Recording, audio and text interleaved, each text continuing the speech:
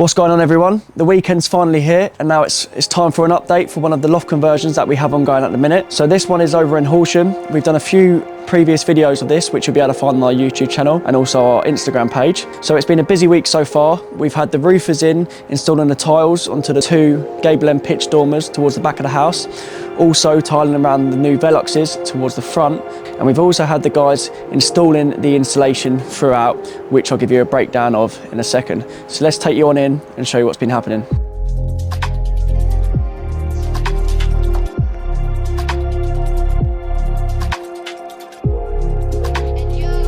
So, as I explained in the last video, we used the existing boiler cupboard to form the opening for our new staircase, leading you on up into the loft conversion. So I'll take you on up now. So immediately on the right, we've got a storage section, which we've managed to incorporate. This is going to be accessed by a sliding door system. So we're going to have a track along the bottom and a track along the top. And we're going to have up to about 3 doors that can be slided either way. And then we're going to also have some access down the side behind a dwarf wall, which we've installed at the back of the bed. If you follow me up now to the stairs, we come on to the landing. We have a door that takes you on into the bedroom. On this side, we've incorporated a glass feature, which obviously isn't in place yet, but we've got the opening for it.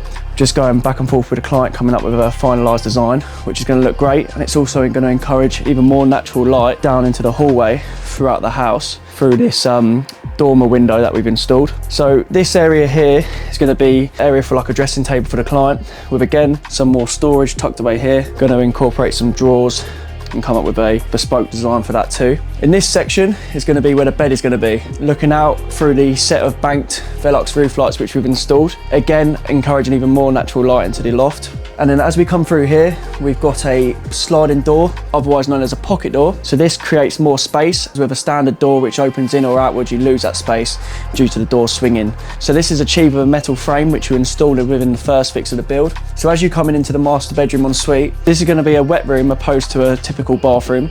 So a wet room is more of like an open plan area. You have a walk-in shower with a built-in tray into the ground. So everything tiled in perfectly with a little shower trap. Hopefully be able to get you a picture of that to make it more clear. We're going to have some alcoves over here, allowing the client to put any shampoo, hair conditioner, etc. And we also have a wall-mounted toilet.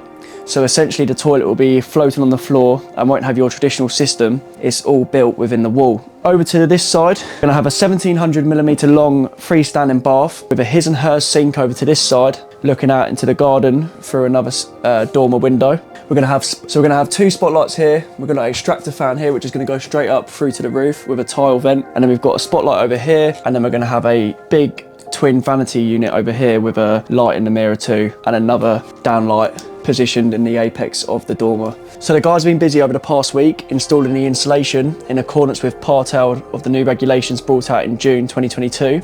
This meant that you had to increase the amount of insulation you'd put into the build to help bring down the U value and in turn save money on your energy bills. To achieve this, we had to install 150mm Celotex within the dormer walls with 30mm over the top. And due to the rafters being smaller than the dormer walls, it meant that we had to install 120mm Celotex, but to achieve that U value, we then had to put 60mm over the top of that too, and this is because of thermal bridging. Also, another reason that we had to go for a smaller insulation into the roof rafters is because we still had to achieve airflow.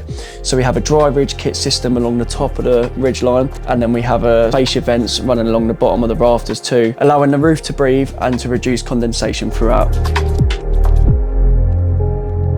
Right, so I'm now upstairs on the scaffold. I've had to put my jacket back on because the sun has already run away. I knew it was too good to be true. So the guys have been busy outside installing the tiles to the roof. We've got the pitch dormers behind me. The tiling's finished to the main part of the roof. They've just got to plug in the end of the ridges on top, as well as that dry ridge kit system that we've installed. We've got the banked Velox roof lights, which I explained to you earlier, which are perfectly in position now, all tiled in and sealed. We're going to have a LED detail around this box section here. This is the existing dormer that was on the build. This came up as like a pitch like the one above. We had a bit of struggle with planning on this build, so we had to make sure that it wasn't going to be anything that was going to look too different to what was there before. So we've got the 2 pitch dormers, which are in the exact same position as the ones that were there before this. This section here is going to be finished off with a LED detail, which is going to look great. Yeah, it's really starting to come together nicely. As soon as the roofers are done and they've finished plugging up all the verges, we're going to install the gutter in, and then we're pretty much done outside, and it's just going to be the internals. It's coming together really well on this project, and I'm really happy with the progress the guys are making so far, and look forward to finished product at the end.